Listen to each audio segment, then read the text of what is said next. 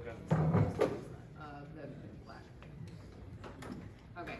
All right, good morning everyone. I'm Nathan with Dion Mold Remediation. Like I said, we're a full service restoration company specializing in mold remediation, mold testing, water damage restoration, water extraction, dry out, duct cleaning, and general sanitization. So today what I'm actually going to do is, because I've talked about mold and all the scientific boring stuff, I actually want to talk about how you can prevent mold and you hopefully never have to see me in your home. Not really a good marketing idea, but I care about you guys so much that I don't want you to have mold. And the biggest thing with mold is it's all about creating these conditions where mold can grow and thrive. And that includes having high humidity, anything above 60%, which is caused by your AC system not working properly. And then the main thing is having a water event in your home. Sorry, Nathan, we'll have to do it this way so we can see them. Okay. Let me see what I can do to help. A water event in your home. So that's going to be, things like small leaks, floods, pipers, all these different things. If they're not treated properly, they create these conditions conducive to mold growth, and then you end up having to call me. So while they're still kind of working on this, I want to talk about two claims that I went out on this week. One was a small dishwasher leak. It damaged his cabinets, his drywall, and he had homeowner's insurance. It's going to be covered. The other was a giant water loss that actually Ivan was on. It flooded every room in her home, almost, and she had a $58 exclusion. So she saved $58 a year, and she has no water coverage, and there's $10,000 worth of damage. So go through your policy. There's water constantly running through our homes, and it just takes a small pinhole leak, just the tiniest thing, and then that water's pouring in. It's worth $58 a year to know that you're going to be covered. So if you want to go down, like I think it's like down. You should still be able to use the clicker. It should still work like this. Okay, down. Okay, so we're going to go through the six brief steps to tackling a water loss. Okay, so the first thing, this might be obvious, but you want to stop the water from coming into your home. That's kind of the first step. If you don't know if you have a main shutoff to your home's water, get Ivan out there. Yeah. Oh, because you don't want to be fiddling around, going out to the street, looking for a wrench, trying to turn it off at the street while water's pouring into your home. My mom did that when I was a kid, and I still remember it. It was not pretty. It's much better if you just have a shutoff, somewhere at the house where and you can stop water from coming in. Step 1.5. So after you stop the source of the loss, there's no more water coming in, stop and document. Take pictures. The damage has likely kind of already been done. We've all heard the saying, a picture is worth 1,000 words. Your pictures might be worth thousands of dollars. There's nothing worse when, if it's a flood, if the waters have receded, if it's a leak or a pipe burst and there's no current visible water. There's nothing worse than an insurance adjuster saying, well, I don't see any water, or a contractor like us coming out after and say, well, where's the water? What happened? Stop and take a few minutes to take some pictures. It'll be worth it. Okay, so the next thing, and this is obvious too, is extract the water. So if it's a small enough leak where you can just kind of wipe it up with some towels, another great thing that probably all of us have or should have is a wet or dry vac. And you can kind of just suck the water up, dump it in the tub or outside the house. And these are just kind of easy ways where you can quickly, get the water up as quickly as possible, mitigate any further damages. If you do have a big, flood and you have like an inch or 2 inches plus of standing water in the home, we do have commercial grade water extractors that can pump water out at 20 gallons per minute. Or if you just want it done by a professional, just give us a call and we can do that for you. Okay, so this is the step that most commonly gets, skipped, and I see, and there's not that much urgency. There's not that much emphasis on it because once the water's gone, we think, all right, problem's over. What we don't realize is that porous building materials like drywall, baseboards, cabinetries, wood flooring, they're basically sponges, attached to your home. And what they do as soon as that water hits it, they suck it right up, and they do not dry out quickly enough on their own to prevent the possibility of mold growth, other bacteria or pathogens from being able to grow and spread. So you can't really see this, but so the picture on the left, we got a call, there was a water heater leak. Guy wiped up all the water. He's like, there's no water, but I just want to make sure. So this is thermal imaging, and you can see the blue, right there. So the blue kind of indicates a difference in temperature, coolness, likely that it was wet. And then so we take a subsurface moisture meter to back up our findings with the thermal imaging camera. And you can't see on there, but the drywall was soaking wet. So these are the kind of things to think about. Maybe there's no more visible water, but it doesn't hurt to have us come out and just kind of make sure.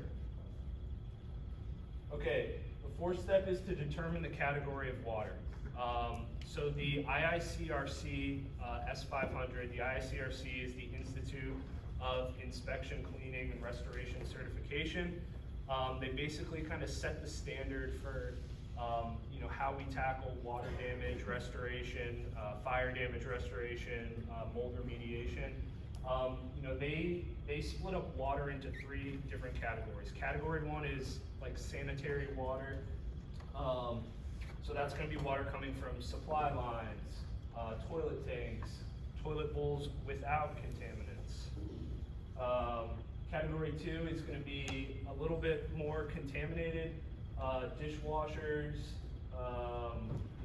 slab leaks, toilet bowls.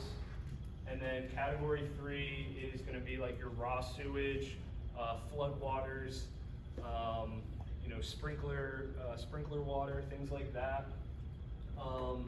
And based on these different types of waters, we have to handle it a different way. With the category 1 water, if we get in there quick enough, we can just dry it out. Category 2 and category 2 water, we can dry it out, but it is going to need some cleaning and sanitization afterwards. And then category 3 water, if it touches any of that porous building material, we unfortunately have to remove it. Because of the level of contamination, it's just not possible to clean. So if you have any questions, or we're working on getting a QR code with this kind of checklist that you can put on the fridge if you're interested in something like that, just so if you're running around and you do have a leak and you're like, what do I do? Snap a picture of that, go through this list, and get on with our lives. Thank you. All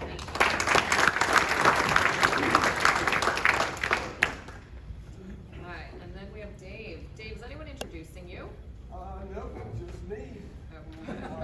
My microphone.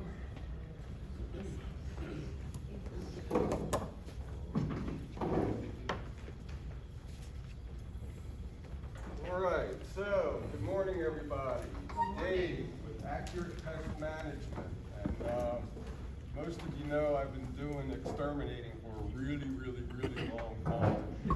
So I have a lot of kills on my wall, and I'm going to have Dimitri pass around a board that I want everybody to look at. A lot of you have seen this, but we have some new members, so I'm going to pass this around again. This is subterranean termite damage, and that's kind of what I want to emphasize my presentation on today. Subterranean termites are the most difficult termite to find during an inspection. They can conceal themselves, deep into the walls. They can even get up into the attic, and they can do so where they're just simply not visible, and they can cause a lot of structural damage in a very short period of time. When you're looking at the board, take a look at the one face. It looks almost clean, but when you look at the back side of it, it's literally hollow. And the back side of it is the area where this board was pressed up against the gable in the attic of a home. So they had eaten their way up to the attic and it hollowed that out in the attic. Just a couple of stories about how difficult they are to find. I was doing an inspection on a home, and it was a rancher style home. The right side of the home had a couple of bedrooms and a shared bathroom and then a hallway. And then on the other side of that hallway was a closet. Well, the subterranean termites were in the door frame of the closet. So, you know, there's no plumbing there or anything else. So I figured they went up the outer wall, over and down. So I get up into the attic, I'm pulling the insulation above there, I don't see anything anywhere. So I go back into the house and I ask the homeowner to pull the carpet. And we pulled the carpet and there was a crack in the foundation right under that door frame, and they exploited that and hollowed out the wall. And, you know, again, the only visible sign, you know, the door frame actually looked fine, you know, until I started tapping on it and, you know, I was putting holes in it. So, you know, when you're buying a home, you definitely want to get a termite inspection. Don't let the seller or their agent talk you out of it, you know, even if the home is under warranty. So, I had one seller, she was actually upset that I was there doing the inspection for the buyer because she was under warranty with another company. And they had literally done their annual warranty inspection 2 weeks before I was there. But, you know, I calmed her down, told her I had to do my job. So, you know, I'm going through the house, and this was one of those woohoo moments. I found live drywood termites in the double doors out to her lanai. So, again, even if it's under warranty, you know, get the inspection done, okay?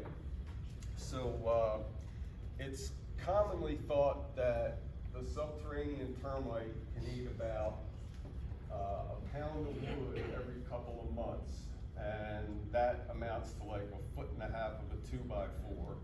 So what you're looking at there is, you know, just a few months of damage. So, you know, if you don't want to, you know, run into, you know, expensive repairs and, you know, structural damages, get your home inspected.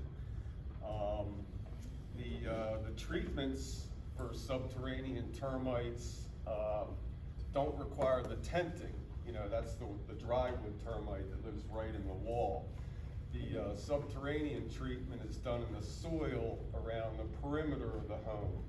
They can live up to 20 feet below the ground, and they continuously enter and exit the structure to feed on the cellulose. The king and the queen never leave the nest. They're fed by the workers. The soldiers protect the colony, but when we put that liquid barrier in there, they're constantly bringing wet dirt into the wood to keep their feeding area moist, and then they're taking dry dirt out. So in that process, they're ingesting the termiticide that we treated the soil with. And the products nowadays can protect your home for up to 13 years with a single application. And the cost is generally about $5 a linear foot around the foundation of the home. So, you know, that is the one treatment that you can get long-term protection from. Whereas the drywood termite with the tent fumigation, once you remove the tent, you know, the protection is gone. They can literally come back, you know, the next day if it's swarm season. So there are different types of termites and different types of methods. There is a type of subterranean termite that has made its way to Florida. It's called the Formosan, and I don't know if you've heard, you know, people talk about concrete eating termites. Termites do not eat concrete. However, the Formosan can burrow through soft mortar joints in concrete to get to the wood. And that's where the misinterpretation comes from, you know, the fact that they can get through concrete mortar joints. So the Formosan, they actually have the ability to survive above the ground if there's enough moisture in the home. I was treating a home in Tierra Verde where the Formosan termites had actually made it to the 3rd floor and had hollowed out a wall. Now, I don't know how quickly they can do damage, they haven't been tested, in controlled studies to determine how quickly they can do that, but I assure you, they're eating much, much faster than the regular subterranean termite. Like when you expose them in a piece of wood, the soldier termites actually come to the surface and try and bite you. It's crazy. They're a really ferocious termite and they're here. So it's another reason why you want to get an inspection. And unless you're selling a home, termite inspections are free.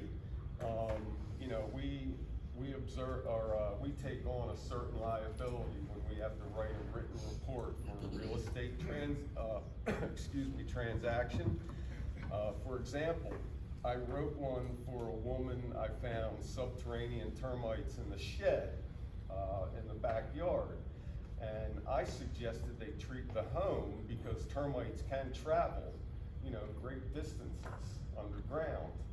And I did find them several months later in the house. She failed to treat it, didn't take my recommendation.